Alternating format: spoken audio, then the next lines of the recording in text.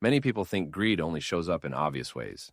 Someone piling up gold, flashing cars, or living in a mansion. But the Bible tells us greed is far more dangerous because it hides in the heart. Jesus warned in Luke 12:15, "Take care and be on your guard against all covetousness, for one's life does not consist in the abundance of his possessions." Greed is the silent sin that whispers, "If I just had more, I would finally be satisfied."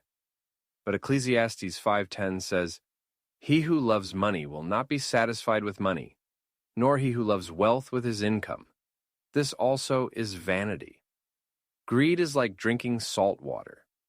The more you take in, the thirstier you become. It promises joy, but delivers emptiness. That's why Paul wrote in 1 Timothy 6:9, "Those who desire to be rich fall into temptation, into a snare, into many senseless and harmful desires that plunge people into ruin and destruction." Notice it doesn't say wealth itself is evil, but the desire to be rich, the love of money, is the root of all kinds of evil. The Bible even calls greed idolatry. Colossians 3:5 says, "Put to death, therefore, what is earthly in you, covetousness, which is idolatry." When we chase money, we're worshiping it like a false god. We start trusting riches for security and joy instead of God. That's why Jesus said you cannot serve both God and money.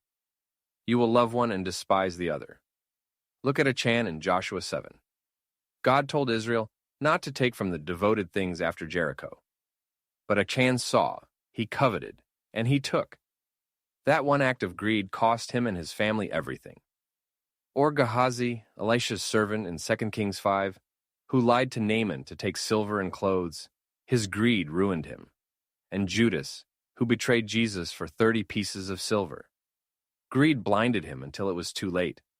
Greed is not just about money. It's about control, praise, security, and comfort. It's the lie that says, if I just grab this, I'll finally be okay. But greed always takes and never gives back. Jesus told the parable of the rich fool in Luke 12. The man built bigger barns and told himself, "Relax, eat, drink, be merry." But God said, "Fool, this night your soul is required of you, and the things you have prepared, whose will they be?" That man trusted in wealth, but he died bankrupt before God. So how do we fight greed? By learning contentment and generosity.